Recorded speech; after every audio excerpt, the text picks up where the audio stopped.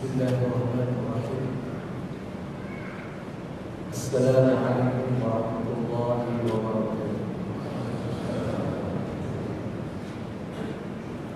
Alhamdulillahirabbil alamin. Wassalatu wassalamu ala rasulillahil amin wa ala alihi wa sahbihi ajma'in. Subhanaka la 'ilma lana illa ma 'allamtana innaka antal alimul hakim. Alhamdulillahilladzi jama'ana fi hadzal majma'il karim wa fi hadzal syahril 'azim wa fi jalsatil 'azimah nurullahu qulubana wa iyyakum bi nuri mahabbatillahi wa rasulihi wa khidmatillahi wa rasulihi wal 'amal bi syari'atihi wa sunnati rasulillahi sallallahu alaihi wasallam. Terima kasih yang berusaha Tuan Presiden Majlis, yang menghormat Datuk Seri Utama Haji Muhammad bin Haji Hassan, Menteri Persediaan Negeri Sembilan dan khusus ahli-ahli yang berhormat Datuk Datin, yang berbahagia Datuk Selamat Maibu, Pengarah Jabatan Dewan Agama Islam Negeri Sembilan, Ketua-Ketua Jabatan, Yang Berhormat Ustaz Muhammad Izzah, Wakil Imam Besar Majlis Negeri Negeri Sembilan, barisan bersedia, para asatizah dan guru-guru, seterusnya hadirin dan hadirat yang berhormat Allah sekalian. Alhamdulillah, syukur kita kepada Allah Subhanahu wa taala pada malam yang penuh berkah dan berbahagia ini dapat kita bersama-sama dalam majlis bersempena sambutan Maulid Rasul sallallahu alaihi wasallam bagi tahun 1436 Hijriah di Negeri Sembilan. Dan pada malam ini pihak bersedia telah menyediakan satu platform untuk bersama-sama kita menelusuri cinta Rasulullah sallallahu alaihi wasallam dalam satu forum yang akan dibarisi oleh dua panel pada malam ini, di mana tuan-tuan dan puan-puan hadirin sudah memaklumi dua panel ini. Jadi pada malam ini saya tidak akan memperkenalkan dengan lebih dalam kerana dua-duanya sudah cukup dikenali dan bukan asing, bermaksud juga pada asing yang manusia biasa tetapi yang ada nama di dalam hati tuan-tuan dan puan-puan. Panelis kita pada malam ini yang berbahagia Al-Fadhil Dr. Syuhada bin Mahmud, pengurus Ketua Masjid Majlis Agama Islam Negeri Sembilan, Kabupaten.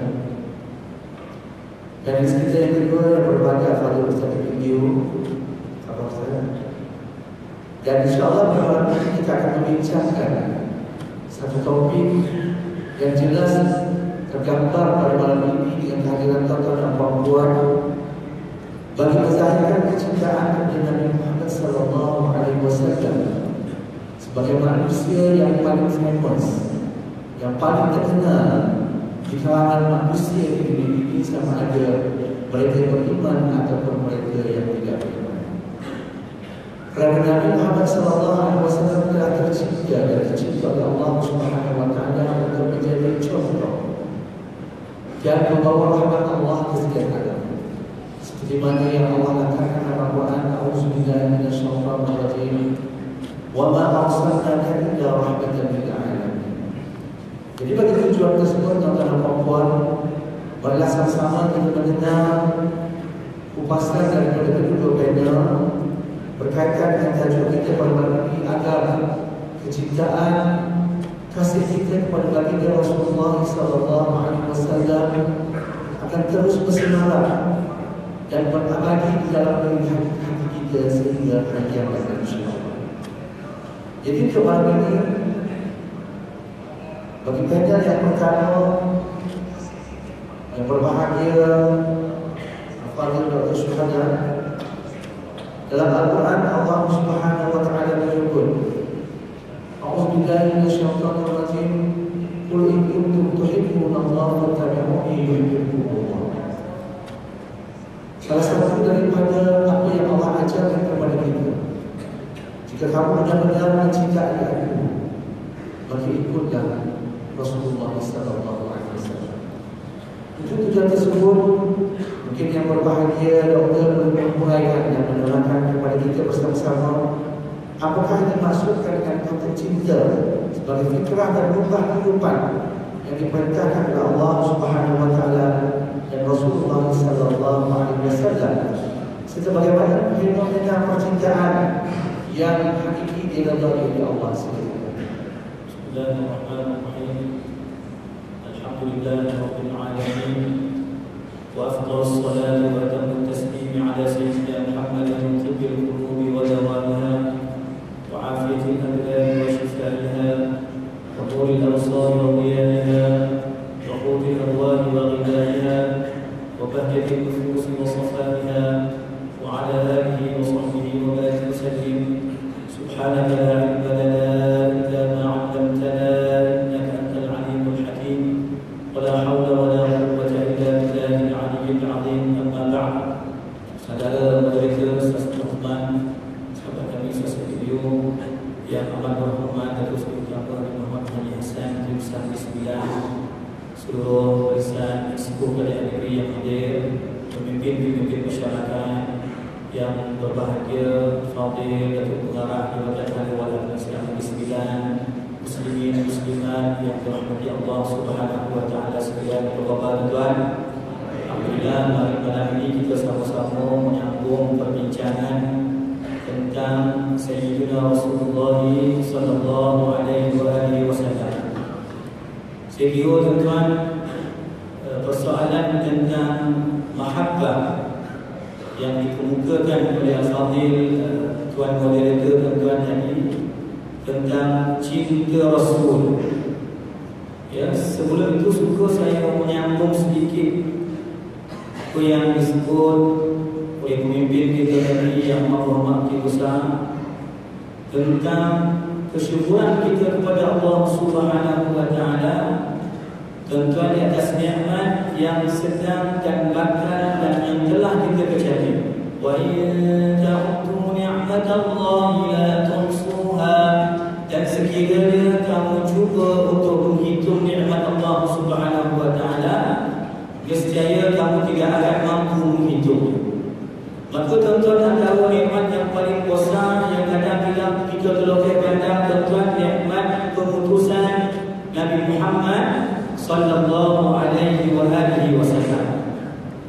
Sebab itu tak heran tuan-tuan, Nabi kita ni tuan-tuan, seperti yang dicatatkan oleh para ulama kita, antaranya Syekh Ismail bin Yusuf Al-Nabhani mengatakan Nabi kita ni tuan-tuan banyak nama. Segala kebaikan tuan-tuan, segala benda nama-nama yang baik itu ada bahagiannya untuk Rasulullah sallallahu alaihi wasallam. Kalau tuan-tuan perasan kita masuk Masjid Nabawi, kita masuk yang lain ini masuk Darussalam, tuan-tuan perasan di dinding masjid itu tertulis Nabiyyur Rahmah, Nabiyyut Tawbah, Al-Muqaffi, Yasin, Al-Hashir, Taha. Tuan-tuan, itu merupakan nama-nama Rasulullah sallallahu alaihi wasallam. Saya nak sebut tuan-tuan antara nama Nabi kita Ni'mah. Ni'mah. Sebab tuan-tuan, kita mengecap nikmat Allah Subhanahu wa taala, kita pandai nak sujud, kita tahu hormat orang tua, kita tahu kasih dengan orang muda, kita tahu tuan-tuan mana baik tuan nikmat yang berasaskan daripada Nabi Muhammad sallallahu alaihi wasallam. Ya, maka itulah yang disebut oleh Imam Ja'far As-Sadiq, "Wadhkuru ni'matallahi 'alaikum." Nikmat di sini kata beliau adalah nikmat Nabi Muhammad sallallahu alaihi wasallam. Dalam surah Al-Duha kita bacakan ayat akhir yang bunyi, "Wa amma bi ni'mati rabbika fahaddits." Nikmat Tuhan di situ ialah nikmat Nabi Muhammad sallallahu alaihi wasallam. Maka kita kena cerita, fahaddits, cerita nikmat Allah Subhanahu wa taala.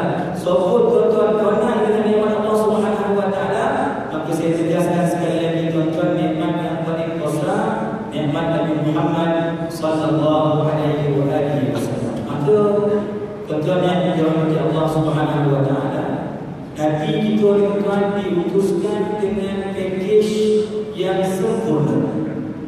Kalau ada tuan-tuan dalam hati kita Nabi itu kurang, tuan-tuan, yang kurang itu kita. Nabi dibawa kasih sayang. Maka itulah tuan-tuan, kita melihat ma ra'aitu ahadan yuhibbu ahadan ka hubbi ashabi Muhammadin Muhammadan. Kata Abu Sufyan, kami tidak melihat orang yang lebih kasih kepada seseorang berbanding sahabat-sahabat Nabi yang mengasihi baginda Nabi Muhammad sallallahu alaihi wasallam. Maka itu tuan-tuan, dalam perbincangan Maulid ini yang kita akan nantikan insya-Allah kalau ikut riwayat yang masyhur Qubail al-Fajr Yaum al-Ithnain, sebelum waktu subuh pagi Isnin tarikh 12 Rabiul Awal, hari keputraan Nabi Muhammad sallallahu alaihi wasallam. Itu tuan-tuan, alhamdulillah ya, macam mana pun tuan-tuan, orang bapa dan WhatsApp sedang beredar. Saya pun dapat WhatsApp tuan-tuan bapa yang mula-mula sambut Maulid ni siapa? Yang mula-mula sambut Maulid ni tuan bapa Syiah Rafidah Fatimiyah. Syiah yang sambut di sejarah je lah. Dia kata nama Imam Syafi'i tak sambut, sahabat Nabi tak sambut, betul dia kan? Sebenarnya ada Imam Mukid yang mendapat Imam Ahli Sunnah yang Mukid itu daripada Imam Abu Hanifah, Imam Malik, Imam Syafi'i, Imam Ahmad. Tak ada apa sambut Maulid. Ya, timbul pula nama-nama muhaddisin, ulama-ulama hadis, ashabus sunnah, ashabus sihah. Dia letak Imam Bukhari tak sambut Maulid, Imam Abu Dawud tak sambut Maulid. Apa pasal dalam seorang Masjid Nabawi sambut Maulid? Ini soalan dia tu. Maka pemikiran-pemikiran begini yang sering beredar di kalangan masyarakat kita tuan-tuan, da'iyah begini tuan-tuan, kita akan termakan juga. Dobi-dobi lagi yang macam tu, Bapak Profesor, Pak Kiai, sahabat wadah tuan-tuan, kita akan tertipu juga. Maka sebab itu tuan-tuan, suka saya ingatkan, kalau kita berbicara tentang kasih tuan-tuan, man la yusalahu mahabbah la yusawi habbah. Kata Arab, kata pepatah Arab tuan-tuan, orang yang tak ada kasih kepada Allah, orang yang tak ada kasih kepada Nabi sallallahu alaihi wasallam tuan-tuan, orang tu tak ada nilai walau sebiji ponen. Habbah tu ada sebiji kacang, sebiji ponen. Orang yang tak kasih Nabi ni tuan-tuan, dia tak ada nilai di sisi Allah Subhanahu wa taala. Maka kalau berbicara tentang tajuk supaya sudah disebut menelusuri, sangat menelusuri cinta tuan-tuan, saya nyebut dia tuan-tuan, tetapi kasih ni tuan-tuan insya-Allah kita syukurkan kembali. Bukan kata kita nak kasih Nabi, bukan makna semalam kita nak kasih, bukan makna bulan Ramadan, bulan Safar kita tak kasih, tetapi tuan-tuan, kasih ini perlu disemarahkan, perlu disyukurkan. Maka dengan majlis-majlis ini tuan-tuan insya-Allah, saya kira tadi nikmat yang kita wajib syukuri, nikmat keputusan Nabi Muhammad sallallahu alaihi wasallam. Maka buka-buka insya-Allah musim yang pertama ni saya buat 3 jam sudah bunyi tuan-tuan. Saya tahu tuan-tuan dengan Ustaz review kan, jadi insya-Allah kita bagi Ustaz review tentang Yasin. Wallahu a'lam bissawab. Alhamdulillah. Terima kasih kepada Doktor. So apa yang disampaikan kita tadi berkaitan dengan nikmat. Ada nikmat yang terbesar dalam hidup manusia ialah nikmat datangnya seorang Rasul bagi menunjukkan kehidupan, terutamanya kehidupan beragama. Bagaimana untuk kita mendekatkan diri dengan Allah melalui amal ibadah yang ditunjukkan oleh Rasulullah SAW. Dan tuan-tuan, ibadah ini bukan semata-mata di atas sejarah. Apa saja namanya kebaikan kehidupan yang menyuruh kepada kebaikan, menyuruh kepada kebaikan, itu adalah satu ibadah. Kelebihan umat Islam dan orang yang beriman, sekecil-kecil ibadah dan kehidupan mereka akan masuk dalam ayat ini dianggap sebagai ibadah. Tapi mengikutlah cara ibadah jangan tak tahulah. Jadi bila kita faham tentang konsep nikmatnya hadis seorang Rasul untuk menunjukkan kepada kita cara hidup yang sempurna, maka datanglah kepada itu yang perlu kita syukuri dan kita berterima kasih kepada Allah. Dengan nikmat itu kita menjadi orang yang beriman dan dapat melakukan amal soleh. Malahan disebut dalam sebuah hadis Rasulullah SAW, la yu'minu ahadukum hatta akuna ahabba ilayhi min waladihi wa waladihi wan nas ajma'in. Tidaklah ataupun tidak belum sempurna iman kamu sehingga aku lebih dicintai dari ayah, ibu dan anak-anak serta seluruh kaum manusia. Jadi untuk tuan-tuan, marilah sama-sama kita terus menyatakan kenikmatan kita kepada Allah Subhanahu wa taala dengan menelusuri cinta kepada Nabi sallallahu alaihi wasallam, bukan sahaja dengan bersalawat, tetapi menghayati sunnah-sunnah dan apa yang ditunjukkan oleh baginda Rasulullah sallallahu alaihi wasallam. Kerana sekurang-kurangnya bila disebut nama Rasulullah disambung dengan sallallahu alaihi wasallam. Jadi untuk seterusnya saya mempersilakan kepada Ustaz ini untuk bersama-sama menerangkan dan berkongsi maklumat kepada kita semua berkaitan dengan apa yang disebut idola yang dipilih oleh Allah untuk manusia, yang dijadikan suri teladan dalam kehidupan terutamanya bagaimana kita nak menjelaskan konsep cinta kepada agama melalui dikatakan dari Rasulullah sallallahu alaihi wasallam. Bismillahirrahmanirrahim.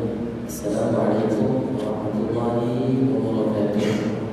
Nahmaduhu wa nasta'inuhu wa nastaghfiruh wa na'udzu billahi min shururi anfusina wa min sayyiati a'malina. Man yahdihillahu fala mudilla lahu wa man yudlil fala hadiya lahu. Wa nashhadu an la ilaha illallah wa nashhadu anna Muhammadan abduhu wa rasuluh. Terima kasih Ustaz Haji Azman dan Ustaz Abdul Syuhada bin Mahmud, semua orang yang hebat yang duduk sebelah dengan saya ni. Saya yang baru nak belajar sejak kemarin, dan yang dihormati yang amat berhormat Datuk Seri Utama Haji Muhammad bin Hasan, Menteri Besar Negeri Sembilan, semua ketua-ketua masyarakat, imam, ustazah, tuan-tuan sekalian, semua sihat kan? Tuan-tuan sekalian, hari ini kita nak cerita tentang seorang lelaki yang paling mulia dalam dunia ini. Bukan saya kata mulia, bukan mana-mana orang-orang presiden-presiden dalam dunia yang kata dia mulia. Bahkan yang kata Rasulullah SAW mulia ini ialah Allah Subhanahu wa taala. Dia manusia yang paling disayangi oleh orang. Bukan dalam 7 bilion manusia hari ini, tapi daripada Adam sampai kiamat, tak ada orang lebih mulia daripada Nabi sallallahu alaihi wasallam. Tak ada orang lebih tinggi daripada Nabi sallallahu alaihi wasallam. Kita kadang-kadang kenal dengan orang baik, kita ada kawan-kawan baik, kawan-kawan semua ada kawan baik. Dia orang baik, suka tolong orang, sentiasa doa kita, banyak bantu keluarga kita. Bila dia tinggalkan dunia, kita rasa sedih. Dia tinggalkan dunia, kita sedih. Walaupun dah lama dia meninggal. Contoh ulama yang baik di Malaysia, yang tuan-tuan sayang, siapa tuan-tuan sayang, dia lain orang lain yang paling dia sayang. Tapi mana-mana ada ulama meninggal dunia, kita rasa sedih. Orang yang tak pernah kenal pun tiba-tiba boleh nangis. Kau boleh fikir tak, mana-mana ulama dalam dunia meninggal, kita tak pernah jumpa dia pun. Mungkin tak pernah belajar dengan dia, tapi kita pun tak tahu bila sampai dia berita kematian mana-mana ada ulama dalam dunia ni, kita rasa sepak, kita rasa sedih. Ya tuan-tuan dan puan sekalian, tiada manusia dalam dunia yang lebih mulia daripada baginda Muhammad sallallahu alaihi wasallam.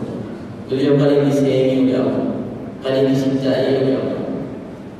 Tapi dia paling disayangi, dicintai oleh Allah SWT. Kalau nak sombong, dia orang paling patut sombong dalam dunia. Kalau nak sombong, kalau nak rasa lebih baik daripada orang lain, dia orang paling patut rasa lebih baik daripada orang lain. Tapi dalam hati Nabi sallallahu alaihi wasallam tidak ada rasa sikit pun lebih baik daripada orang lain. Bahkan Nabi sallallahu alaihi wasallam menyayangi semua manusia dalam dunia. Nabi sallallahu alaihi wasallam menyayangi semua manusia. Kau bayangkanlah orang macam Bilal radhiyallahu anhu. Dulu-dulu ada hamba, kalau kita ni tak ada hamba.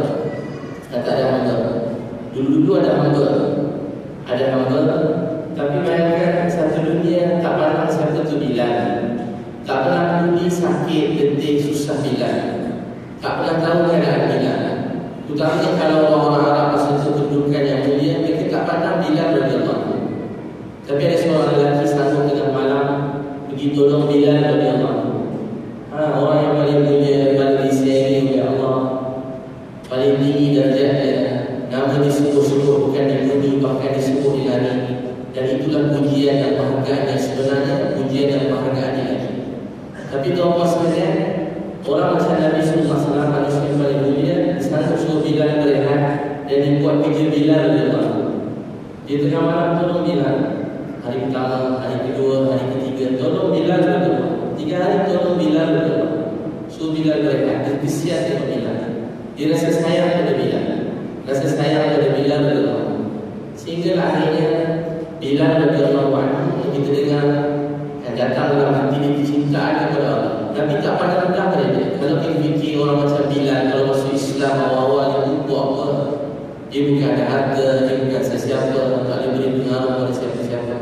Tapi Islam ini tidak pandang rendah pada siapa pun di dalam dunia ini. Mungkin di sisi mata manusia satu orang tu tak ada harta, tapi di sisi Allah dia sangat mulia dan dia disayang. Siapa pun dalam dunia, seluruh dunia memutus asa dengan dia. Mungkin mak dia pun memutus asa pada satu orang kerana dia jahat. Tapi Allah Subhanahu Wa Taala sayang semua manusia dalam dunia. Akhirnya Bilal radhiyallahu anhu, dia kita dengar dia kena pukul, dia kata ahadun ahad, Allah yang Esa, Allah yang Esa, sehingga dia dibebaskan. Bila Nabi SAW Fatah Mekah, 3 orang masuk dalam Kaabah tu, 3 orang masuk. Siapa masuk dalam Kaabah tu? Nabi SAW, Bilal radhiyallahu anhu dan Usamah bin Zaid radhiyallahu anhu. Nabi SAW, Bilal dan Usamah bin Zaid. Nabi SAW, Bilal dan Usamah bin Zaid. Agama ini dia tidak membeza-bezakan mana-mana manusia dalam dunia. Akhirnya Bilal radhiyallahu anhu, bila satu hari dia siasa nak tolong Nabi SAW, disayangkan Nabi, disayangkan Nabi. Kalau tuan-tuan nak sayang orang, ini orang yang paling patut kita sayang. Kalau tuan-tuan nak menangis untuk seseorang, orang yang paling patut kita nak menangis. Sebenarnya saya duduk sini pun dah saya rasa malu. Nak duduk bersama ustaz, saya tak ustaz. Lepas tu duduk depan orang yang dia besar, depan perempuan, orang-orang saya hormati, saya sayangi semua. Bayangkan tuan-tuan nak cerita tentang Nabi SAW. Macam mana kita nak ungkap perkataan, kita nak sebut tentang Nabi SAW. Apa perkataan kita boleh sebut? Apa pujian yang boleh kita sebut? Nak beritahu betapa mulianya orang yang Allah sendiri telah mulia. Habis perkataan kalau kita ungkapkan, sesungguhnya Rasulullah SAW yang mulia daripada itu. Kau buat macam mana gambaran itu, sesungguhnya Rasulullah SAW lebih besar, lebih mulia daripada gambaran yang kita gambarkan. Tuan-tuan dan puan-puan sekalian, akhirnya Bilal radhiyallahu anhu pernah satu hari disalib uruskan urusan Nabi. Semua urusan Nabi SAW dibantu uruskan. Satu hari datang satu orang, dia kata Bilal, dia pun bagi duit untuk kalau Nabi suka pergi tolong, untuk Nabi SAW suka tolong orang. Hadis buat Abu Daud, kalau orang pegang tangan Nabi SAW, Nabi takkan tarik tangan sehingga orang tu tarik tangan. Dia orang paling mulia, tapi dia menghargai orang lain. Dia rasa sayang pada orang. Kalau orang bercakap sesuatu kepada Nabi, sedangkan dia orang paling pintar bercakap, paling banyak ilmu pengetahuan. Tapi kalau orang cakap pada Nabi SAW, Nabi SAW tak pernah potong dia bercakap sehingga dia habis bercakap. Melainkan perkataan yang buruk bergaduh, Nabi SAW tinggalkan. Dan tuan-tuan sekalian, ada katakan Nabi SAW, kalau orang datang kepada Nabi dengan hajat, Nabi tak biarkan dia berlalu tanpa sesuatu. Sehingga orang gadui, orang-orang yang duduk kampung-kampung, padang pasir, tak ada adab, tak ada akhlak. Kalau jumpa Nabi SAW, dia berbual dengan ada satu orang lebih kurang bahasa kita ni, ada satu orang nama Muhammad bagus baik, dia pun pergi jalan minta tolong, nak uji betul cerita orang ni. Sampai depan Nabi SAW, dia minta bantuan, kadang-kadang kasar, dia tolak Nabi. Nak minta tolong tapi wajib lah. Nak minta tolong orang tapi kasar, marah-marah orang. Nak minta tolong tapi tak ada kaitan minta tolong, kasar kan. Ditolak Nabi SAW. Kadang-kadang ada datang berkasar ke Nabi nak minta sesuatu. Setiap kali orang baru jumpa Nabi SAW atau orang tua yang datang berjumpa dengan Nabi, mereka selalunya kalau tanpa ada rasa diri, ada rasa nak lawan agama ni, mereka selalunya akan kata asyhadu anna ilaha illallah wa asyhadu anna Muhammadar Rasulullah. Berbual dengan orang, berbual dengan Nabi sekejap, orang boleh faham Islam. Hari ini kita semua, kita kita dengar akhlak Nabi itu Quran Sahih Muslim daripada Aisyah radhiyallahu anha. Tuan-tuan sekalian, kita ini ramai masuk Islam. This is apa? Sebab kita baca Quran, kita baca dan kita dua orang masuk Islam. Dulu zaman Nabi pernah ada sebagian das bahawa 300 orang dari Yaman masuk Islam serentak mengucap asyhadu an la ilaha illallah wa asyhadu anna Muhammadan abduhu wa rasuluhu wa asyhadu anna Muhammadan rasulullah. Zaman Umar, negara ini negara datang dalam dunia datang pada Islam. Sebab Islam ini benda yang hidup. Walaupun dalam Quran, walaupun ada Quran kita baca, dalam Quran itu beri kesan. Kau bayangkan kalau Quran itu ada pada mata kita, kita melihat apa yang benar. Kita ada pada telinga kita, kita mendengar apa yang benar. Kita ada pada lidah kita, kita bercakap yang benar. Ada pada tangan kita, kita bertindak ikut perintah Allah dan Sunnah dan Rasulullah. Bayangkan kalau Quran ada dalam hidup kita. Tuan-tuan dan puan sekalian, sehingga kan ada orang bagi paling kurang selepas berbual dengan Nabi, sekejap dia berbual dengan Nabi. Dia akan kata, kami tak pernah jumpa lelaki sebaik beliau. Kami tak pernah jumpa lelaki sebaik beliau. Kalau ada agama dalam dunia ini, pasti agama daripada lelaki ini. Lebih kurang maksudnya lelaki adalah manusia yang paling baik dalam dunia ini. Itu tuan dan puan sekalian, pernah sekali orang tolong Nabi Muhammad. Dia niat jahat, dia bagi duit kabilan. Orang datang mesti nak bagi duit. Walaupun tak ada duit orang bagi pinjam, Nabi punya untuk ni.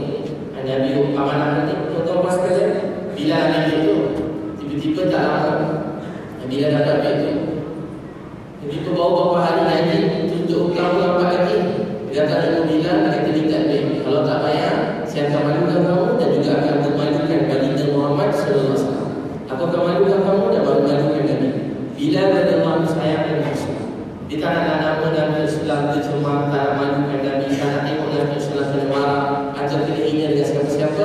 Dia perlahan-lahan dia Nabi kata Rasulullah, gini ada orang bagi saya pinjam duit. Kalau Nabi pula orang datang tadi bilang ada duit tak? Bilang pun kata ada. Kata bilang aku telah ambil duit tu dan bagi pinjam pada orang. Sekarang tu dah dia nak malukan aku, dia nak malukan kamu. Maka apa jadi? Nabi sallallahu alaihi wasallam dia kata Nabi diam je. Kata Nabi bilang kepada Nabi, ya Rasulullah, sekarang saya akan bawa diri saya pergi jauh-jauh kepada kamu. Waktu berat bilang kepada saya, Nabi, saya tak nak kamu dimalukan dan disakiti. Tuan-tuan sekalian, dia lalu pergi siap-siap pergi barang pergi jauh. Datang satu utusan dari Islam itu telah datang bantuan Allah untuk bayar hutang. Bila bayar hutang, dia selesaikan hutang, baki hutang, Nabi tanya lagi tak? Dia kata ada.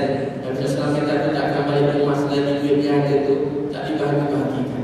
Bila radhiyallahu anhu hadis, ya Rasulullah, setelah macam ni kita susah.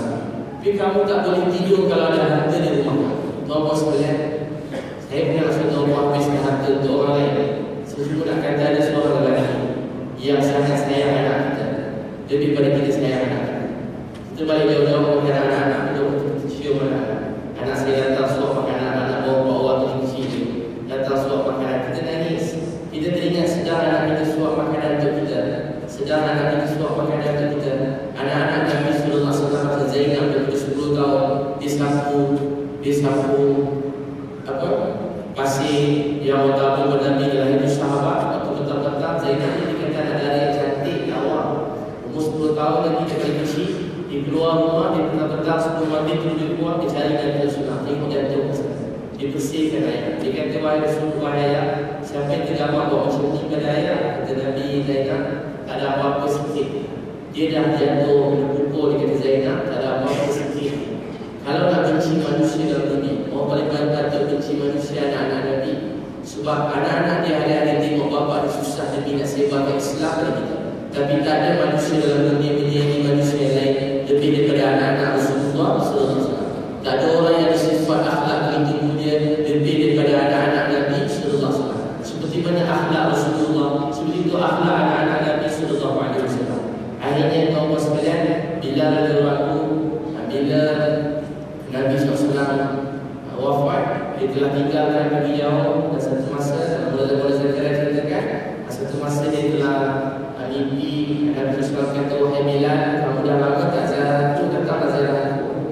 Bilal terus siap-siap dengan penuh rasa cinta kat Nabi. Dia tak sanggup tengok, tak sanggup nak solat tanpa Nabi SAW jadi imam. Tuan-tuan kalau pergi sana kan, kita solat, tuan-tuan kena rasa dulu yang pernah jadi imam kat sini Rasulullah SAW. Dulu yang pernah jadi imam kat sini Abu Bakar radhiyallahu anhu, Umar radhiyallahu anhu. datang ke Bilal datang ke Madinah. Sampai ke Madinah, kita dengar Bilal berlaku pesta dekat makam Nabi sallallahu alaihi wasallam. Dan Umar minta Bilal azan, dia tak mau azan. Kata Bilal dulu Abu Bakar, Umar semua ditolak azan. Tapi bila Hasan bin Husain radhiyallahu anhu minta Bilal azan, dia telah menangis dan dia tak mampu nak tolak permintaan daripada cucu Rasulullah sallallahu alaihi wasallam dan dia telah azan. Kisah ni semua tak ada bila buat azan ni, semua ulama cerita dia sama. Apabila Bilal radhiyallahu anhu azan, semua wanita-wanita yang maju nak keluar rumah saja-saja, tiba-tiba semua wanita telah keluar rumah daripada rumah masing-masing, dan semua anak-anak kecil telah berlari keluar, dan semua orang telah keluar daripada rumah dan telah kata, adakah Rasulullah SAW telah diutuskan kembali? Adakah Rasulullah SAW telah diutuskan kembali? Itu sangka bila Bilal azan, itulah suasana yang paling indah dalam dunia ini, yakni perjuangan bersama Rasulullah SAW. Atau Allah sekarang doa yang sembilan nak tinggal dunia, tapi Allah dibekal dengan anak keturunan raja yang kulit merah, mata dia biru, mata waktu berkata orang cantik. Bila kulit hitam, isteri nangis. Dia kata, abang, inilah hari yang paling sedih dalam hidup saya, sebab saya akan berpisah dengan abang yang tercinta yang saya sayangi. Kata Bilal dengan senyuman. Isteri nangis, esok-esok sedih kehilangan Bilal. Tapi Bilal dia telah senyum dan dia ketawa. Dia kata, inilah hari yang paling indah, paling nikmat dalam hidup aku, kerana aku akan berjumpa dengan Nabi sallallahu alaihi wasallam dan seluruh para sahabat radhiyallahu anhum. Allah sekalian, betul-betul kalau kita nak sayang orang, ini orang paling patut kita sayang. Kalau kita nak puji mana-mana orang, ini paling patut orang kita puji. Cuba tuan-tuan cerita pasal Zainab dalam rumah tangga tuan-tuan. Saya beritahu tuan-tuan, 70 orang kita kat rumah.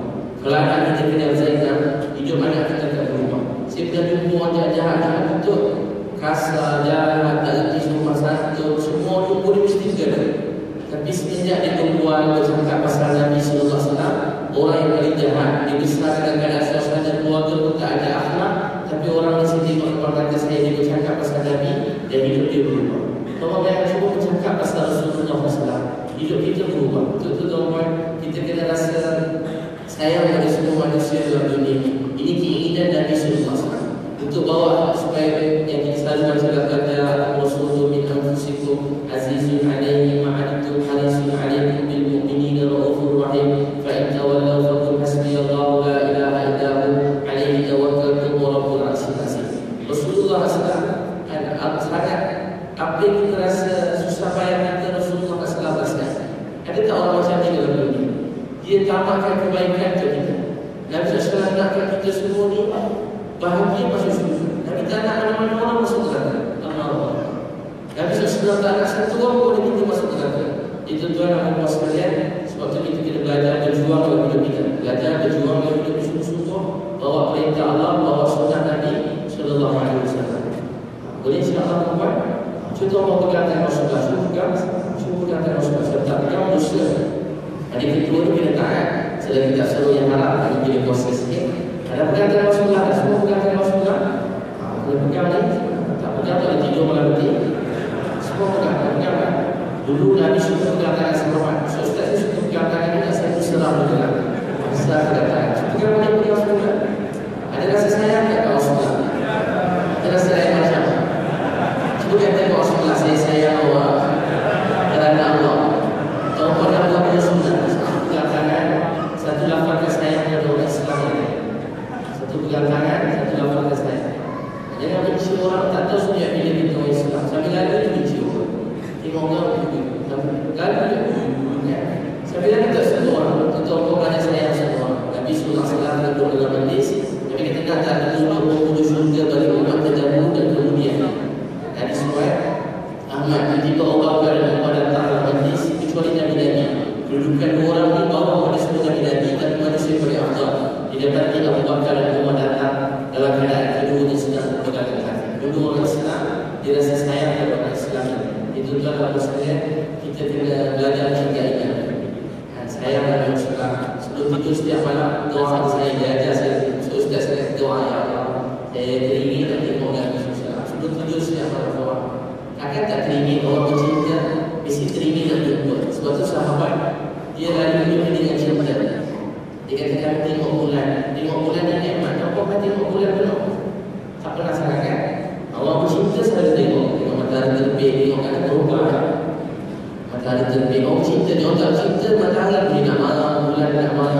Orang cinta semua nikmat. Jam nikmat, matahari nikmat, bulan nikmat, cinta apa ada sebenarnya. Kalau pasal sahabat bercinta, dia kata kami tengok bulan. Tengok bulan tak tenang, kami tengok bulan. Kami tengok wajah Rasulullah SAW. Kami tengok bulan, kami tengok Nabi. Kami tengok bulan, kami tengok Nabi. Kami lihat wajah Nabi SAW lebih bercahaya daripada bulan. Kataan Nabi bertenteram manusia. Tidak ada perkataan manusia diulang sebanyak perkataan Rasulullah SAW. Kerana dia hidup untuk Allah, keikhlasan dia sampai dalam hati kita semua. Keikhlasan Nabi SAW sampai dalam hati kita semua. Dia tak nak kita cakap terima kasih pun. Dia nak kita berselawat bahagia dan masuk surga, itu saja. Tuan-tuan sekalian, cara membalas Nabi, kita datang rasa cinta dan sayang kepada Nabi SAW. Terima kasih. Apa yang tuan-tuan nak baik daripada Tuan Sobo ini? Ada orang baik-baik, ada orang bertuah. Makna bahagia masih. Walaupun di situ mencintai Rasulullah SAW itu adalah sesuatu yang wajib, perlu.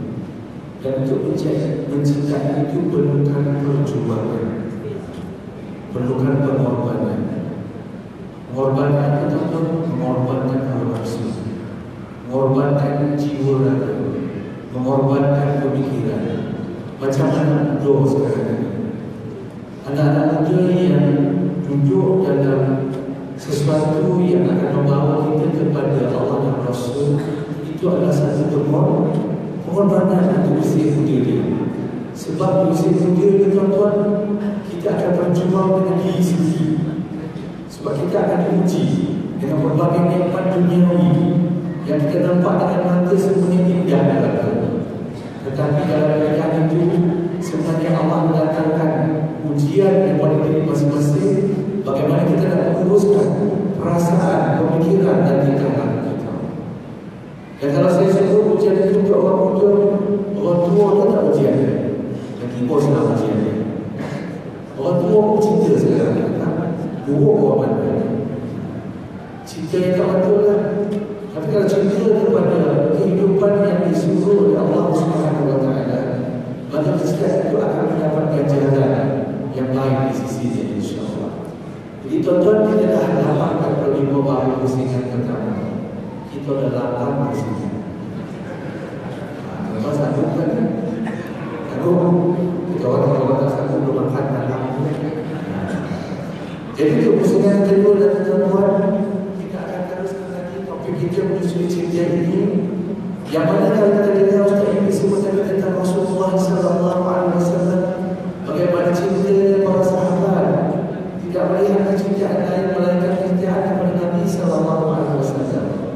Demikian juga Rasulullah SAW, dia cinta kepada umatnya, kepada manusia, sehingga dia berhadapan bahawa tidak ada manusia yang akan masuk ke dalam neraka Allah. Dia akan usahakan semua manusia masuk ke dalam syurga Allah. Tuan-tuan nak pergi syurga tak ni? Nah, siapa nak pergi syurga? Saya nak pergi. Sekali lagi, siapa nak pergi syurga? Alhamdulillah, apa yang nak pergi? Itu pun tak ada masalah. Kalau tak, syurga pun tak ada masalah. Sebab kita ni biasa dalam lebih baiknya berkawan. Memang perlu kawan yang akan bawa kita kepada kebaikan. Sebab kawan yang membawa kita kepada keimanan, kawan yang bawa kita kepada keridhaan Allah, itulah kawan yang sejati dalam kehidupan kita. Jadi untuk pusingan yang kedua ini, kita nak tanya sekali lagi kepada Fadil Dr. Syurga. Untuk kita mencari Rasulullah SAW, perlu ada tanda aras atau KPI. Apakah ciri-ciri orang yang menzahirkan kecintaan kepada baginda Rasulullah SAW dalam mengharapkan syafaatul kubra? Di akhir nanti tidak ada siapa yang boleh membantu kita kecuali Rasulullah SAW. Walaupun kita rasanya kita ini penuh dengan amalan, tetapi syafaat Rasulullah SAW akan menjadi satu syarat utama untuk kita diterima oleh Allah Subhanahu Wa Taala. Untuk itu disediakan doktor bersama-sama dalam penerangan yang seterusnya disebutkan. Assalamualaikum warahmatullahi wabarakatuh. Terima kasih Tuan Moderator atas kesempatan yang kedua ini. Tuan-tuan, saya menyambung sedikit soalan. Ini panel menyambung soalan Moderator. Ada dua bondo tuan-tuan ya, untuk akhirat nanti. Yang pertama, rahmat Allah. Yang kedua, syafaat Sayyidina Rasulullah sallallahu alaihi wasallam. Itulah dua bondo yang kita harapkan tuan-tuan di akhirat nanti. Maka sebab itu tuan-tuan, untuk kita dekat dengan rahmat Allah, kasih sayang Allah, untuk kita beroleh syafaat Rasulullah sallallahu alaihi wasallam, saya cuba nak berkongsi dengan tuan-tuan suatu tulisan Hubbul Iman, Hubbul Rasul dan Iman yang ditulis oleh seorang profesor Syekh daripada Halab Sina, Syekh Nuruddin Hijr. Kata beliau, tuan-tuan, tanda kasih Nabi ni tuan-tuan, dia tak boleh sekadar dakwah kosong, slogan semata-mata. Dia ada tanda tuan-tuan. Yang pertama tuan-tuan, kita nak usi malam yang berbahagia ini. Mari kita semak tuan-tuan checklist kita tuan-tuan, macam mana setakat 1438 Hijrah ni cinta kita dengan Nabi sallallahu alaihi wasallam. Yang pertama, tanda cinta ialah patuh turut ittiba' Rasul sallallahu alaihi wasallam. Dikatakan tuan-tuan, sahabat-sahabat Nabi, antaranya Sayyidina Abu Hurairah, dia katalah bermakna makan dubah. Dubah ni tuan-tuan, kalau boleh terjemah labu air. Kalau boleh adalah semua labu air atau padang. Tuan-tuan, Sayyidina Abu Hurairah tak apa bermakna makan labu air ni dubah, tapi dia pernah makan dengan Nabi sallallahu alaihi wasallam. Nabi mencari dubah itu, labu air tuan-tuan, jenis makanan, jenis sayur tuan-tuan, Nabi bermak. Maka bermula daripada hari tersebut, Abu Hurairah radhiyallahu anhu bermak makan labu air tersebut. Ini tuan-tuan cinta. Tuan-tuan, kita kena cinta benda yang Nabi cinta. Kita kena benci apa yang Nabi benci. Itu kaedah umumnya tuan-tuan. Maka sebab itu tuan-tuan, tanda ini tuan-tuan perlu kita zahirkan. Tanda kita cinta Nabi sallallahu alaihi wasallam, kita perlu ikut Nabi. Itu yang pertama tuan-tuan. Dia walaupun berlapan adanya mau suku-suku habis juga sampai sampai tiba ya. Yang kedua tuan-tuan, tanda kita sayang Nabi tuan-tuan, ada jemaah Masjid Nabawi yang saya kasihi ya. Tanda kita kasih Nabi yang kedua tuan-tuan, dia kata Hubbul Quranil Karim. Kita cinta dengan Al-Quran. Cuba cek tuan-tuan, last kali kita baca Yasin bila? Alhamdulillah, masjid dia buat ceramah dalam Jumaat Yahud tak payah baca Yasin. Kita macam tu lah. Ceramah ya. Lepas Isya Allah baca Yasin. Ya kan? Cuba cek tuan-tuan, bila last kita dapat tadarus? Tadarus sekali dengan MSW last bulan Ramadan. Itu last sekali seminggu. Harapan bangsa dan negara. Itu tak baca-baca ni tuan-tuan. Jangan begitu tuan-tuan. Cuba cek tuan-tuan, makom kita tuan-tuan, kedudukan kita dalam syurga esok ialah berdasarkan akhir ayat yang kita baca.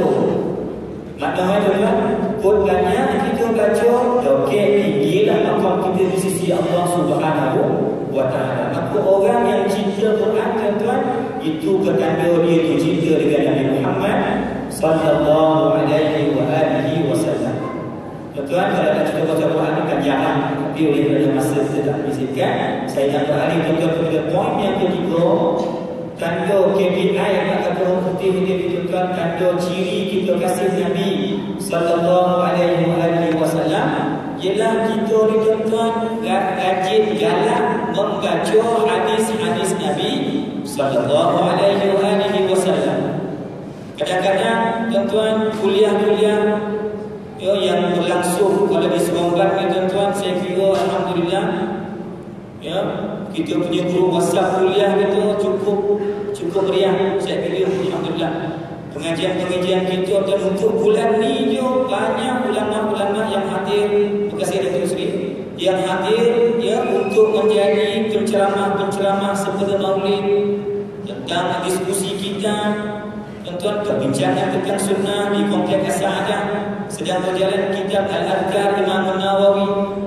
Tuan-tuan, hadis-hadis ini tuan-tuan kono baca. Kono baca kenapa tuan-tuan?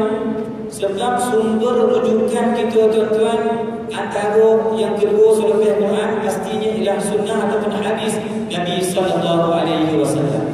Maka hadis ini tuan-tuan disebutkan jamal ma'nan wa laqaf mabnan. Bahasa indah tuan-tuan. Ya, bahasa yang paling fasih tuan-tuan, yang paling guna tuan-tuan adalah bahasa Rasulullah sallallahu alaihi wasallam. Utitu jawami'al kalim. Aku dikurniakan dengan perkataan yang ringkas tetapi padat. Cakap Nabi tuan-tuan dia ringkas tapi padat. Cakap itu tuan-tuan berjam-jam mesyuarat 2 hari tapi apa bodoh tak faham apa punca. Panjang.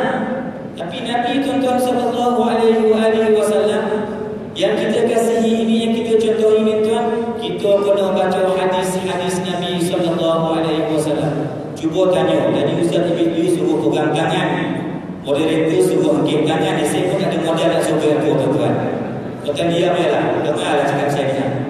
Saya nak tanya tuan, jawab dalam hati je lah. Setakat hari ini tuan-tuan, malam 12 Rabiul Awal ni, cuba tuan-tuan jawab dalam hati tuan-tuan, ya, berapa hadis Nabi yang tuan-tuan dah hafal? Banyak Ustaz, kalau cerita karya lah, berapa? 2 banyak benar. Tapi cuba tanya tuan-tuan, berapa lagu Korea yang tuan-tuan ingat? Cerita Aisyah lah, Lara Aisyah lah, Berkasih Dekat Cinta lah. Ini tuan-tuan cerita berlama-lama. Malam ini tuan ramai lagi ni, tapi ada cerita apa tak ada datang ni. Cuba tanya tuan-tuan, adilkah kita? Quran kita tak berapa nak baca, hadis kita tak berapa nak baca. Tapi tuan-tuan dalam pada tak baca Quran, dalam pada tak baca hadis, konon-konon sibuk benar tak sampai. Kita tuan-tuan lagu kita hafal benar tu. Tapi bukan orang sombong Ustaz, dia orang belah-belah hadis utara Meksiko lah. Tuan-tuan, adilkah kita tuan-tuan? Lagu-lagu yang tak adalah membawa manfaat, tak ada dapat syafaat, tak bawa rahmat Allah Ta'ala pun tuan-tuan, tapi kita hafal tuan-tuan. Ya, tetapi sebaliknya hadis Nabi tuan-tuan yang menjadi sumber syafaat kita nanti tuan-tuan, membaca hadis-hadis Nabi ataupun saya kata-kata sekurang-kurangnya belajar tentang hadis Nabi. Tuan-tuan nak faham hukum, nak faham hukum dan sumber hukum tuan-tuan kebanyakan daripada hadis. Kalau tuan-tuan baca ini sebulan 2 ataupun setahun ni tuan, ada orang terpaksa saya sebut nama jamaah Siti Kasim nama lampu EPK ke lampu tabur. Tuan-tuan faham tak Kak Siti Kasim ni dia apa tuan? Dia nak tukar sembahyang Jumaat ke hari Sabtu. Nampak pening tuan-tuan. Ini dalam pada kita ni, kerajaan kita, negara kita dan ulama kita bekerja betul-betul mempertahankan akidah yang benar tuan-tuan. Nak faham hukum, rujuk hadis Nabi sallallahu alaihi wasallam. Maka sebab itu tuan-tuan yang dikasihi sekalian, kalau kita tak boleh menghafal hadis pun, sekurang-kurang kita hadir dalam kuliah-kuliah ilmu, mendengar hadis-hadis Rasulullah sallallahu alaihi wasallam. Boleh satu lagi Ustaz? Yang terakhir tuan-tuan, tanda kita cinta Nabi sallallahu alaihi wasallam, iaitu tuan-tuan kita perlu memperbanyakkan ucapan selawat dan salam ke atas baginda sallallahu alaihi wasallam. Insya-Allah tuan-tuan, bukan kita kata 16 hari bulan tu semata-mata satu malam. Tetapi kita hari ni pun kita selawat, esok pun kita selawat, selepas 16 hari bulan tu, selepas habis syekh pun kita selawat insya-Allah. Tetapi malam tersebut kita nak jadikan medan perhimpunan umat Islam, kita bersilaturahim, kita mendengar majlis ilmu, kita juga mengambil kesempatan dan peluang berselawat dan mengucapkan salam. Innallaha wa malaikatahu yusalluna 'alan nabi. Biasanya ayat tuan. Jadi ya mungkin muslimat hajah-hajah kakak tak dengar ayat itu, tapi kami ini yang jemaah lelaki ini wajib dengar ayat tersebut. Setiap minggu Ustaz Nizam, Ustaz Firdaus, imam kita dan khatib kita akan baca. Ya ayyuhalladzina amanu sallu sallu alaihi wa sallimu taslima. Saya satu ya tuan-tuan, ayat ini Allah gunakan fi'il mudhari' yusalluna. Ini dalam kaedah bahasa Arab kan yusallun itu yufidul istimrar. Maknanya Allah dan para malaikat berterusan sentiasa mengucapkan selawat dan salam ke atas Nabi sallallahu alaihi wasallam. Kata guru kami Syekh Shalih Al-Jafari, tiada satu ibadat tuan-tuan yang Allah mulakan dengan dirinya, kemudian Allah perintahkan malaikatnya, selanjutnya Allah perintahkan orang beriman, malaikat itulah ibadat selawat ke atas Sayyidina Rasulullah sallallahu alaihi wasallam. Mungkin 4 perkara ini Ustaz Azman sebagai perkongsian bersama, muhasabah bersama untuk kita melahirkan cinta kita dengan Rasulullah sallallahu alaihi wasallam. Wallahu a'lam bishawab. Alhamdulillah. Jadi tuan-tuan, 2 perkara yang doktor sebut tadi, rahmat dan syafaat. Rahmat Allah ini seperti mana yang kita selalu baca, Allahumma inna nas'aluka ridhaka wal jannah wa na'udzu bika min sakhatika wan nar. Balas sebentar lagi saya ulang tu. Maknanya rahmat Allah inilah yang akan menentukan kita masuk ke syurga. Dan yang kedua, syafaat Rasulullah sallallahu alaihi wasallam. Kalau salawat berbalik, tuan-tuan rajinlah sebab kita nak nanti. Kalau pula sekolah tu dipilih, kita dapat program pengorbanan. Selawat kan. Program wangi yang nak selawat. Sallallahu alaihi wasallam. Kita paham dengan salawat tu besoklah Nabi kenal dia. Dengan salawat tu besoklah dia dapat gangguan awal untuk dia mendapat syafaat Rasulullah sallallahu alaihi wasallam. Sehingga di hari Jumaat diingatkan sahabat minggu kepada orang lelaki. Orang perempuan di rumah dengan khutbah Jumaat ketiga. Faidati minil gham tak mau dibaca. Jadi bila Allah dan para malaikat bersalawat menyuruh kita melakukan salawat itu secara berterusan, kata doktor, istimrar, tidak ada hentinya. Kerana salawat inilah kalimah yang agung menunjukkan kepada kita kecintaan kepada baginda Rasulullah sallallahu alaihi wasallam. Tapi bukan sekadar salawat sahaja tanpa melakukan ibadah-ibadah yang wajib, yang mana disebut tadi adanya ikut patuh.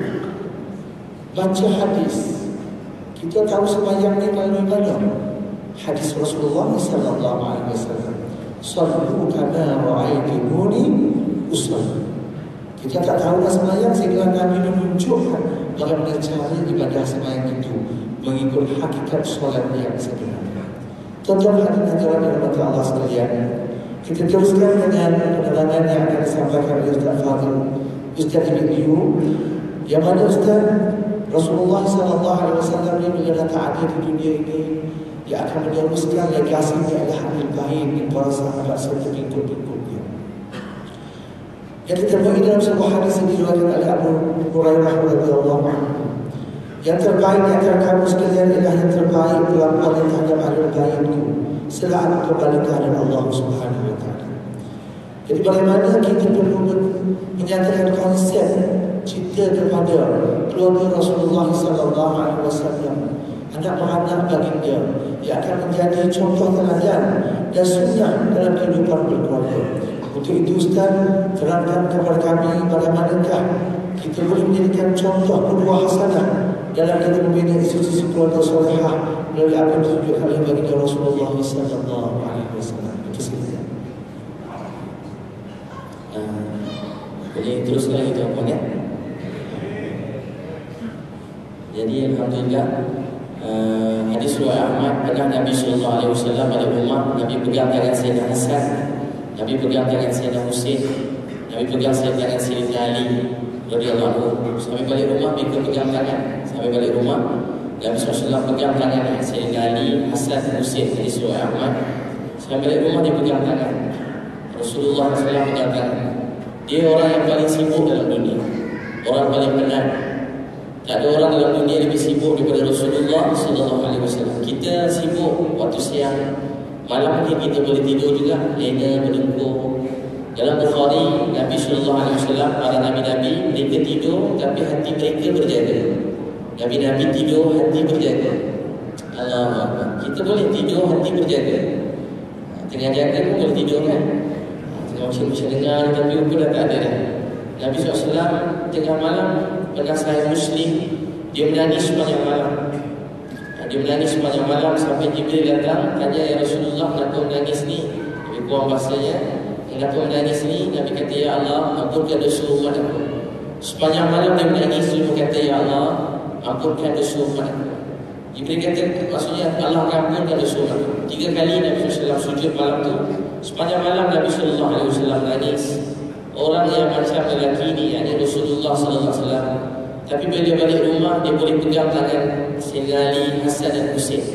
Sebab Rasulullah SAW melalui hidup dia dengan cinta pada Allah. Dia melalui hidup dia dengan cinta ikhlas kerana Allah. Dia tak pernah buat untuk orang. Abdullah bin Haris kata, aku tak pernah lihat satu orang lebih banyak senyum daripada Nabi SAW. Kita selalu senyum tak? Nabi SAW orang paling penat, paling letih, tapi paling banyak senyum. Sebab dia tak senyum untuk orang. Kalau kita senyum untuk orang, kecewa. Berapa minit kita senyum? Senyum kaji kan mungkin 5 saat je, tak sampai 60 saat ke. Orang tak balas, kita kata jadi kena langgar lori ni, kita marah. Orang tak balas senyum je, kita marah. Kita buat baik, orang tak cakap terima kasih, kita beracun. Orang jumpa kita tak panggil kita pakcik je, kita dah kecil hati. Ada orang jumpa saya tengah ceramah, baru ni dekat ni, bagus soalan dia tengah ceramah dekat Maib punya ni. Seorang abang jumpa saya, dia ada kat sini ke tak ada, tanya saya, Ustaz, saya nak tanya soalan. Soalan ni, macam mana supaya isteri dengan anak saya, macam mana isteri dan anak hormat saya? Macam mana isteri dan anak supaya mereka hormat saya? Saya kata ke abang ni, bang, kita bukan siapa-siapa, tak payah siapa-siapa hormat kita. Kita cuma hamba Allah.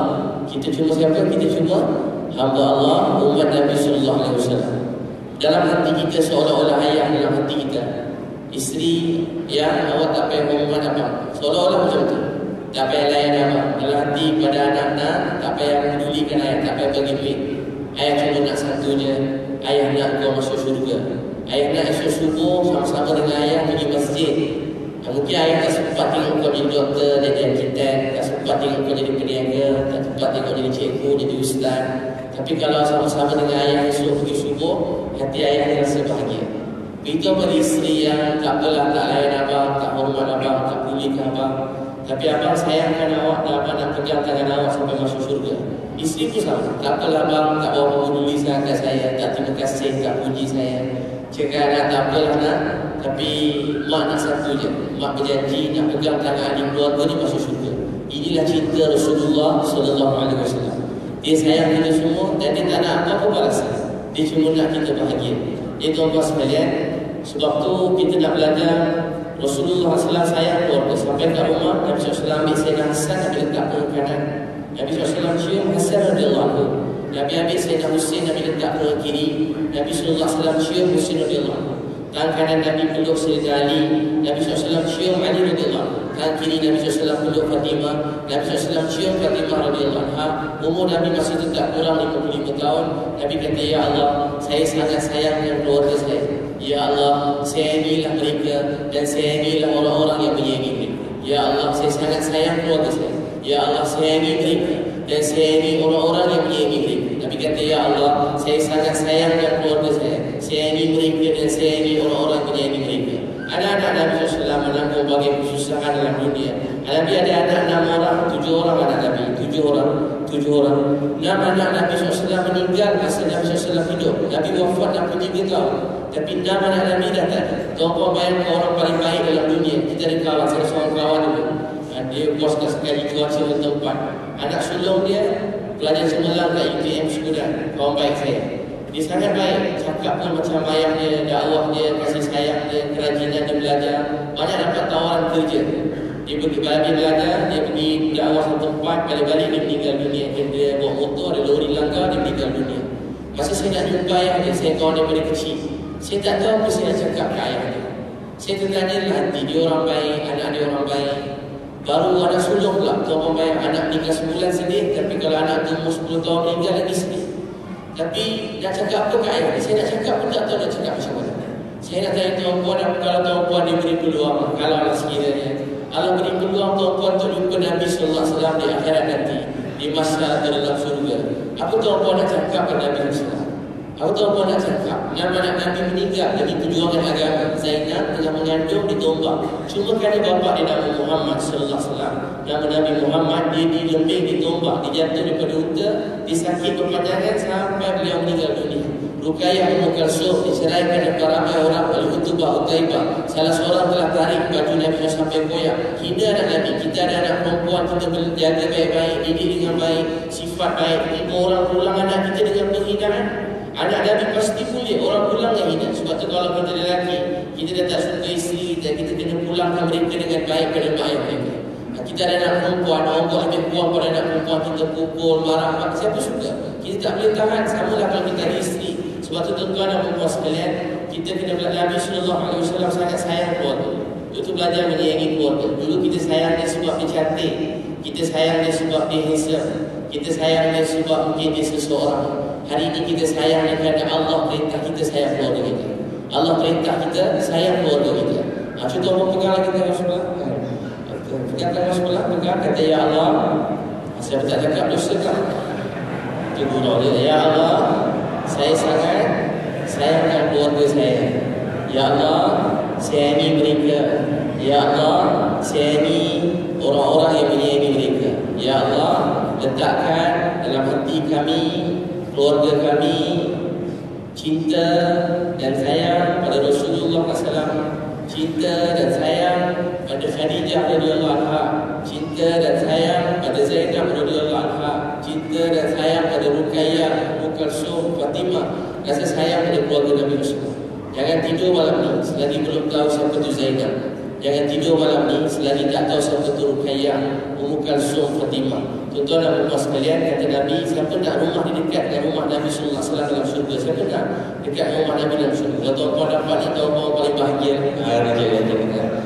Orang paling bahagia. Siapa orang dekat rumah Nabi? Lebih maksudnya, Nabi SAW bersabda, orang yang berakhlak dengan akhlak yang baik dan orang yang buat baik terhadap isteri dia. Kenapa Nabi pecahkan buat baik terhadap pasangan dan berakhlak baik? Sebab ramai orang berakhlak kat luar.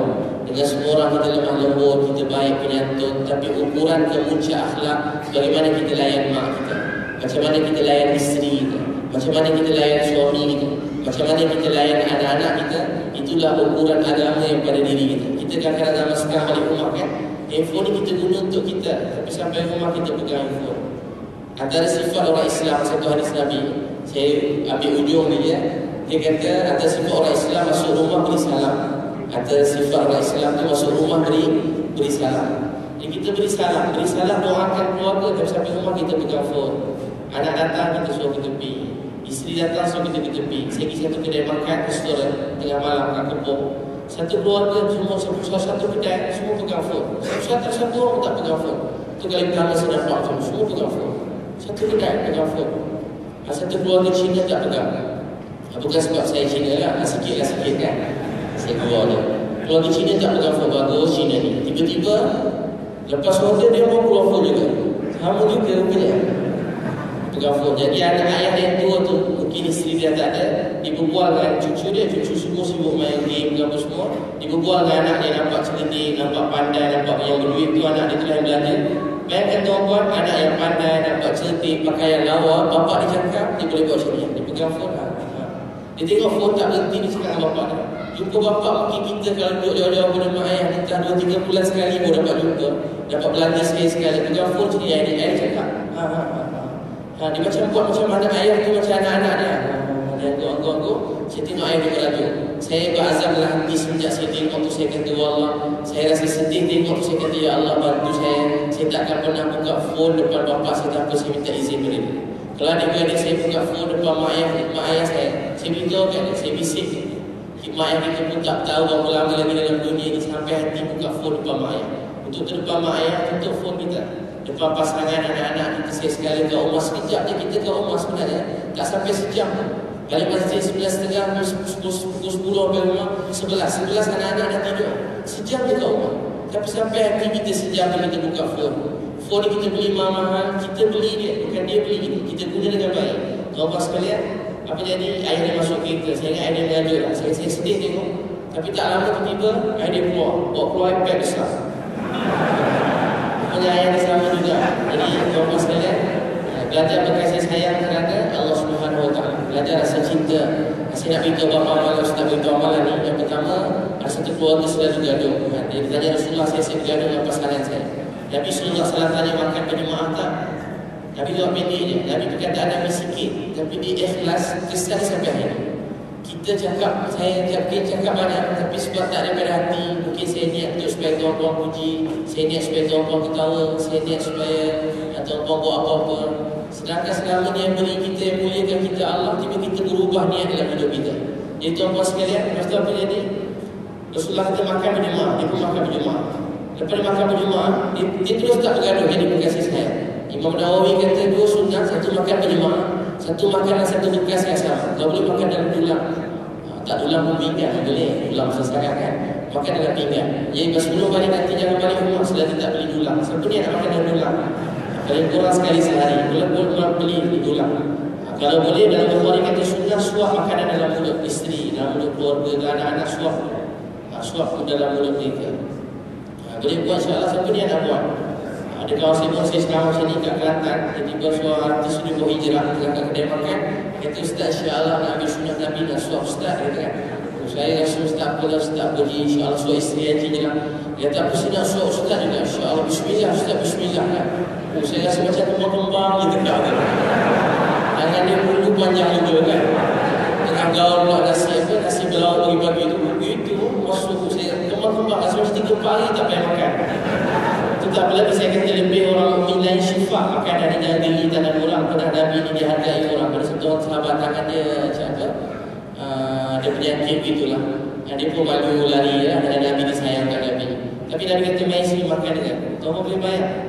Mai makan dengan. Dia rasa sayang pada orang. Tak pandang rendah. Kalau kita geli juga tengok tangan orang lain macam kan. Dia ajak makan sekali. Dia tuan-tuan sekalian belajar makan berjemaah. Kalau boleh, ambil makan sama-sama. Jangan geli makanan isteri, tangan mak, ayah, gaul kan.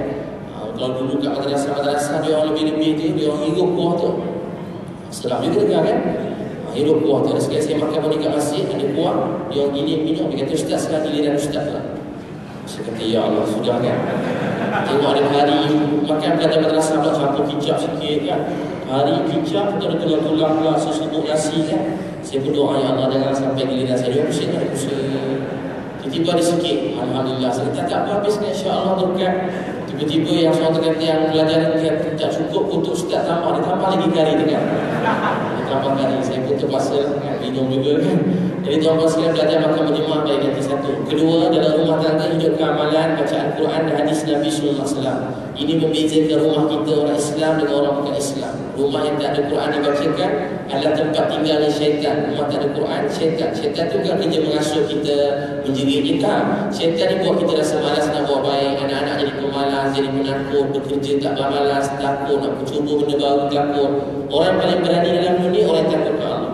Orang paling bijak dalam dunia, orang takut ke Allah. Orang beriman, dia akan terus ke depan walaupun gelap, walaupun bahaya. Kalau ini perintah Allah sunnah Nabi, dia akan terus jalan ke depan. Sebab ini perintah Allah sunnah Nabi.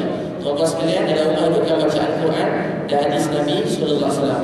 Kemudian bila masuk waktu sembahyang, lelaki semua pergi masjid. Dah lama kita dengar pasal solat berjemaah. Kalau hari ni tak pergi, bila lagi bawa anak lelaki semua pergi masjid.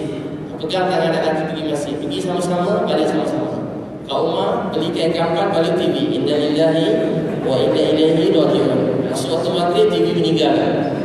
TV meninggal, terus kita pergi masjid. Boleh insya-Allah tuan-tuan, hidup amalan ni insya-Allah banyak kesan. Siapa ni yang nak buat amalan ni? Bacaan Quran dan hadis. Meminat baca Quran, meminat baca hadis. Angkat tangan tinggi-tinggi. Kalau tuan-tuan buat 3 bulan, kalau keluarga tak berubah, jumpa saya, tampar muka saya. Tapi saya cek kalau banyak tinggal seminggu sekali dia baca, kena tampar semula.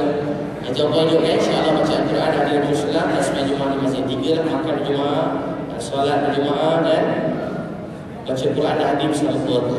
5-10 minit tak apa, boleh insya-Allah. Alhamdulillah. Berjamaah tuan-tuan. Berjamaah ni perkongsian bersama. Perkara ini dihidupkan dalam suasana rumah tangga yang harmoni. Bila rumah tangga kita bahagia, sejahtera, kita akan bawa kebahagiaan itu kepada masyarakat kita, insya-Allah. Jadi tuan-tuan dan puan, saya faham bila keadaan duduk lama daripada Maghrib sampai Isya lebih macam melihat orang kaki ni kan. Umur macam ni semua orang kaki ni, lipat ada bulan ada semua tu. Jadi saya rasa tuan-tuan faham apa yang disampaikan oleh kedua-dua panel kita. Yang penting faham tak cukup, dia mesti amal.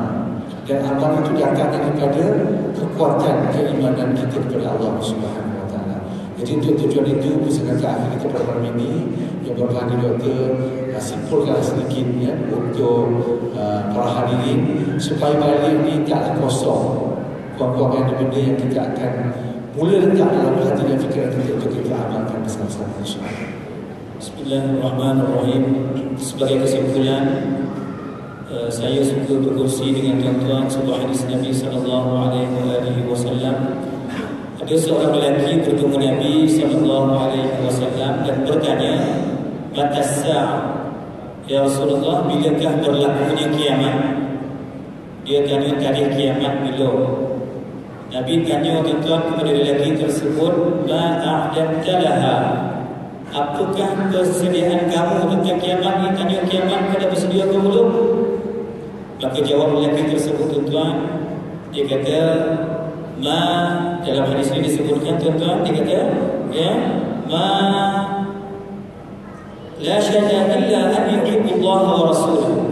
Saya ni tak adalah banyak guna amalan ibadah sunat, tapi yang menjadi rahsia ataupun yang menjadi keutamaan saya ialah melaksanakan kefarduan dan mencintai Allah dan Rasulnya. Tuan-tuan ya, dia tak adalah sembahyang sampai 300 rakaat satu malam macam Imam Ahmad bin Hanbal, 200 rakaat macam Imam Abu Hanifah. Tak adalah sampai sampai 9 tahun tuan-tuan tak tidur-tidur malam macam Imam Malik. Itu makam-makam yang sangat hebat di kalangan para tabi'in, di kalangan salafus salih. Tapi sahabat bercerita tuan, saya tak adalah bersedia banyak guna amalan dia, tapi saya punya pegangan saya kasih kepada Allah, saya kasih kepada Rasul. Tuan-tuan, apa respon Nabi SAW? Dia kata, "Anta ma'aman ahbabta." Kamu akan bersama dengan orang yang kamu kasih. Maknanya tuan-tuan dalam hadis lain, "Yu'syarul mar'u ma'aman ahab." Kita esok dibangkitkan dengan orang yang kita kasih. Tuan-tuan, orang yang sepatutnya, yang sewajib kita kasih, itulah Rasulullah sallallahu alaihi wasallam. Kata Sayyidina Anas yang meriwayatkan hadis ini, dia kata, "Saya sangat gembira, sangat gembira. Saya dan sahabat-sahabat Nabi yang sangat gembira dengan hadis ini. Dan saya kasih dengan Rasul, saya kasih dengan Sayyidina Abu Bakar, saya kasih dengan Sayyidina Umar radhiyallahu anhu, walaupun saya tidak berjaya mencapai amalan seperti amalan mereka." Tuan-tuan, besar hadis ini pengajaran dia bahawa kita tuan-tuan mungkin tak berdaya nak beramal banyak-banyak, tetapi tuan-tuan letakkan dalam hati kita kasih kita kepada Allah, kasih kita kepada Rasul, kasih kita kepada kebaikan, kasih kita kepada orang saleh. Ya Allah a'lam bissawab. Ada kursi tuan-tuan pada beberapa buku saya bawa tu. Yang pertama buku doa, sesuatu laju boleh kan, laju je. Keluar rumah kaki apa? Kiri baca doa bismillah, tawakkaltu ala Allah, la haula wala quwwata illa billah. Wa Tirmizi, siapa baca ni Allah jaga dia, cukup rezeki, Allah jauhkan syaitan, Allah pimpin dia. Kedua, sahabat Nabi dalam masalah hutang, Nabi ada masuk rumah beri salam, baca surah Al-Ikhlas 3 kali, selawat. Tuan-tuan buatlah. Saya selalu buat bila susah, 2 hari selesai, bila tak buat tak susah selalu ni. Tapi tak adalah pihak atas kena ni, motor Rasul ke, kereta dihalalkan, tak adalah. Jadi tuan-tuan baca doa tu, ada ketiga doa, kalau hilang apa-apa sedih, ada rahmat Allah yang datang. Yang susah, baca Allah tak ada yang silap, semua apa yang tentukan baik untuk kita.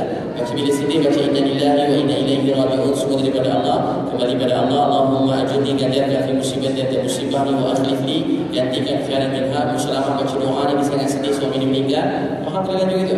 Dia baca doa ni dapat kahwin dengan Nabi sallallahu alaihi wasallam. Ada abang saya laptop, baca-baca dapat laptop baru. Isteri saya hilang iPhone, kita pun baca-baca tak dapat lagi. Dia tengok isu ilahi dapat juga. Apa doa ni? Jadi tuan-tuan lagi manzil, saya cerita apa-apa amalan Nabi SAW baca antara doa Abu Darda. rumah dia tak terbakar, tak dibaca doa ni Abu Darda pagi, tak timpa musibah sampai petang. Saya baca petang tak akan ditimpa musibah sampai pagi. Dan ada 7 ayat ujian. Muhammad Ibn Sirin ada tuliskan 7 ayat ni. Semua Al-Quran antara kullu yusibana illa ma kataballahu lana wa maulana. Tadi Ustaz sambungan dia. Saya selalu baca tengoknya. Ya tuan-tuan boleh amalkan ayat tu, insya-Allah dia penyelamat daripada segala musibah, sedih, kesusahan. Amalkan insya-Allah. Dan kemudian baca hasbiyallahu la ilaha illa hu alaihi tawakkaltu wa huwa rabbul arsyil azim. 7 kali pagi, 7 kali petang. Nabi berkata siapa baca ni tak ada berita sedih menimpa dia walaupun dia tak yakin. Apalagi saya tulis buku 11 kaedah mimpi keluarga isteri bidadari ni, buku saya yang terbaru. Jadi alhamdulillah ramai lelaki yang perempuan wanita hantar mesej dibaca, dia dapat kesan, dia menangis, dapat rasa kesan dan sayang keluarga yang suami segala puji bagi Allah. Lelaki pun datang mesej, dia kata baca sampai buku surat 6 je dia dah nangis, lepas tu dia tak baca dah. Yang lelaki boleh beli lah, baca sampai buku surat 6 je.